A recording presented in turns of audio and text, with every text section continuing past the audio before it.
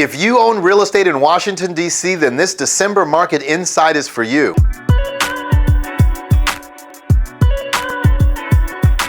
It's me, Melvin Yates, your neighborhood real estate broker with EXIT Flagship Realty. In this month's Washington, D.C. Real Estate Market Insight, we'll focus on empowering you with the real estate facts and data, no fluff. I'm going to share the 5 things you need to know as we enter 2022, plus I'll give you the national data and explain how it's affecting us on a local level. Don't forget that my office has over 160 awesome realtors serving clients like you in DC, Maryland, and Virginia, and we would love to help you put a real estate game plan together. Now for the numbers. This month, the average sales price in Washington, D.C. is $896,089. This is a 13.1% increase over the last 12 months and a 5.3% increase over the last 30 days, which means if you purchased a home for $700,000 last month, this month it's worth $735,000 on average. Now, the average days on market, the time it takes to find a buyer for a home sold in Washington, D.C. during November was 28 days. In the last month, we had 1,022 new homes come to market, which is the number of homes that were listed for sale. Now, this is an issue because we only had about 8 weeks of inventory in all of the district, which means that we just can't keep up with the demand. Though this is concerning for my buyers, this is a huge opportunity for my sellers who should strongly consider taking advantage. Now, as far as home sellers who accepted an offer during the month, otherwise known as pending, there were 851 of them in November. Now that represents 83% of the 1,022 new listings. Lastly, there were 854 homes that sold in the month of November in all of DC. Now that's down 6.2% over last month, but up 1.2% over last year this time. But as you can see, and as the data shows, this is a textbook supply and demand problem we're having. My agents have lots of qualified buyers who want to buy in Washington, DC, and they're willing to pay top dollar. I just need more houses for them to buy. So if you're thinking about moving up, moving down, or maybe moving away, your time could be now. Now, before I jump into the national data and explain how it affects us locally, feel free to text me an address, any address, and I'll shoot over a free market analysis on that specific home.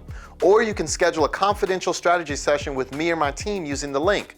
Of course, you can call or email me anytime. I also want to thank the hundreds of thousands who watch my market insights and other informative videos, and the tens of thousands of families who have been able to benefit in some way from the information, and the thousands of clients we've served over the years. I will continue to work at being the most educated advisor on real estate topics in DC, Maryland, and Virginia. So when do most listings come on the market? In a normal market, it would be the second quarter of each year, the spring real estate market, typically April, May, and June of every year. But the reality is that the market right now is anything but normal. The pandemic and coming out of the last couple of years is that the seasonality of traditional real estate has kind of been thrown out the window. So we'll start here. Home sellers have historically moved when something in their lives changed, a new baby, a marriage, a divorce, or a new job. Now this comes from Jessica Lautz, the Vice President of Demographics at NAR, National Association of Realtors. She goes on to say, the pandemic has impacted everyone, and for many, this became an impetus to sell and make a housing trade. The pandemic caused a lot of people to say, we need something different in a home. Now it goes on to say the pandemic likely spurred occupants to shorten their home stay as tenure in the home decreased from 10 years to 8 years. Now, according to the report, now this is important here. This is the largest single year change of home tenure since NAR has been collecting the data. The historical data showed that families used to move about every 6 years, but after the housing crisis in 2008, tenure in homes began to rise. What we're seeing in this new report is that, we're starting to see the tenure come down. Very interesting as we look at it, and here's what it looks like geographically, going all the way back to 1985. You'll see the average of about 6 years of some staying in their home, most people staying, some people staying longer, 7, 8, 9, 10 years. The average just over 9 years now in a home over the last 10 years or so. Now there are a lot of good reasons for that. A lot of people maybe didn't have the equity to make a move. Maybe they were underwater for a while in the home that they own. Maybe they just said, we're not going to do anything. We're just going to try to pay the house off. Now, coming out of a pandemic, we're seeing that dip down. Now, I'm certainly not saying that 1 year would make a trend by any stretch of the imagination, but I think we can safely say that it represents pent-up seller demand in all those years that folks have stayed in their homes. We can say the meaning of a home has dramatically changed. We can also say there's more equity in homes now than there has ever been before in history. All of this leading to many people thinking, maybe now's the time to make a move. And I do believe we'll start to see that in the winter. Now, let's take a look at what George Ratu at Realtor.com says. He said, the pandemic has delayed plans for many Americans and homeowners looking to move into the next stage of life, and that's no exception. Recent survey data suggests the majority of prospective sellers are actively preparing to enter the market this winter. So going back, a lot of reasons we just talked about, folks thinking about moving. This study is saying we're seeing a lot of those people preparing to enter the market this winter. In that same study, 65% said that they either just listed or plan to this winter. 93% said they've already taken the steps toward listing a home, including working with an agent. 36% have researched the value of their home and others in the neighborhood. And as well as we've started making repairs and doing what they need to do to sell the home. I think today in this market, being prepared, being educated, and taking action, if appropriate, is what I want for you. Now, Danielle Hale says that this new listings have risen now for the second week in a row, with this recent survey data suggesting that a growing share of homeowners and potential sellers are eager to find new homes. Now, there's reason to believe this may be the start of a welcome trend, especially as we move into cooler months. You know, as we look into the winter, the data shows that we're going to see more activity among sellers and among buyers than we've seen in quite some time, as seasonality has been thrown out of the window. Now, let's just talk for a minute about interest rates. Probably one of the biggest things that's going to be talked about as we go into the new year. What's going on with the interest rates? The overall outlook is interest rates are going to rise. And this is a look right now at the 30-year fixed. We've used this, many times over the last couple of years as we go back and look at January of 2020 prior to the pandemic, which is basically rates are knocking on the door of 4%. Right now, the average 30-year fix is right at 3.1%. Many calling for that rise to go into next year. Now, I'll show you what forecasters are saying, but if you were to ask me what's going to happen with interest rates, I think we're going to go back to where we were. This is a historical perspective on rates.